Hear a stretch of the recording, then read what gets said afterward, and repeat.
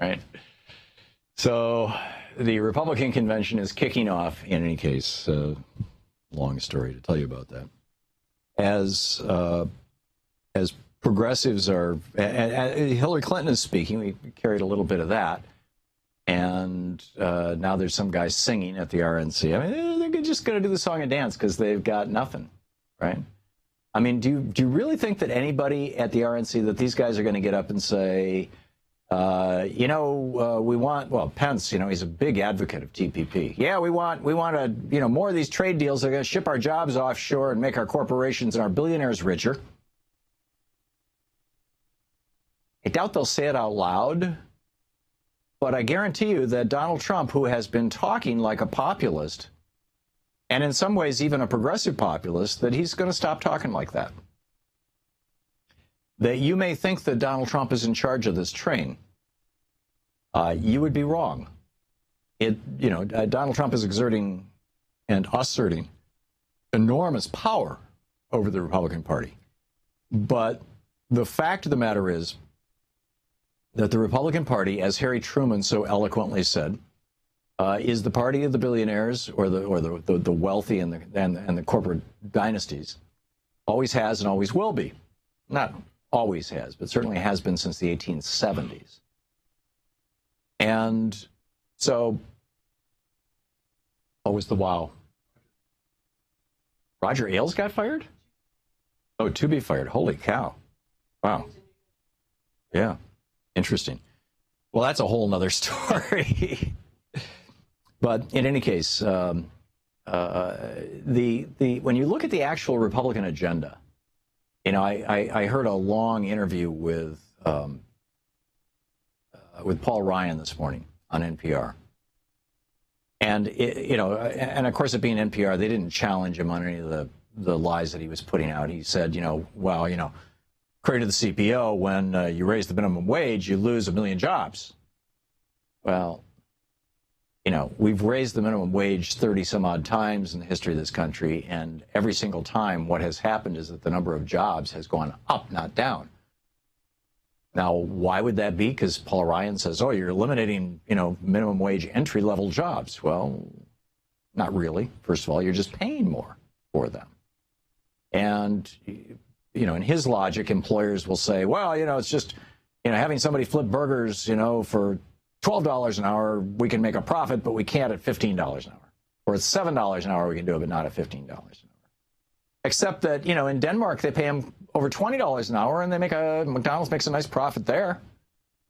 So what they, and the same is true all over the developed world. So basically, the bottom line here is that what we know is that classic economics, the fundamental classic economic theory is that the thing that drives an economy is purchasing by people at the bottom of the economic pyramid or the economic ladder or whatever metaphor you want to use.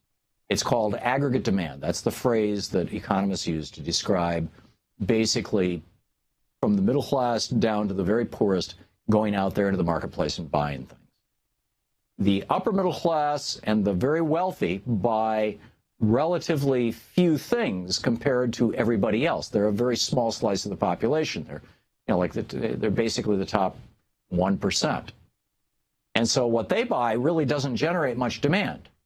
I mean, a yacht here and there, and but it's like Nick Hanauer, one of the patriotic millionaires on this program, said, hey, I make 10,000 times more than you do, Tom, and I don't, we both wear blue jeans.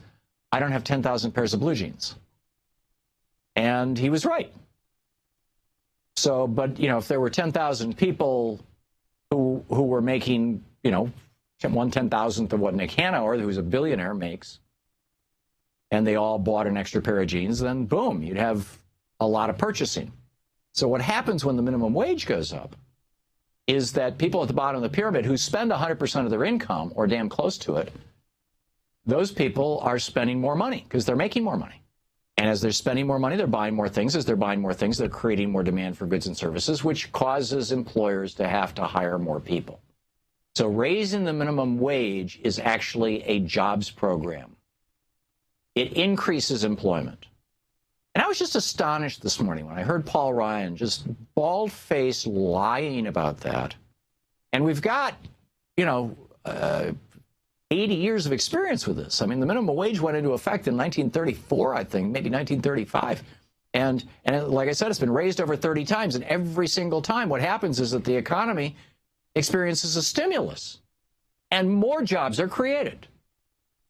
Because there's more money going to those folks at the bottom who buy things. And here's Paul Ryan on NPR this morning lying about this. And the NPR person interviewing him, well, let's go on to the next lie. It just blows my mind. So anyhow, I'm not expecting any great amount of truth to come out of this RNC. I'm expecting it to be half-truths and misleading pseudo-facts and statistics that support their shilling for billionaires and banksters. But we'll see. We'll see. It's going to be interesting. Stick around. To watch more clips from our programs, hit the Watch More Videos button over here. And please be sure to hit the handy-dandy subscribe button so you'll always be up to date. Tag, you're it.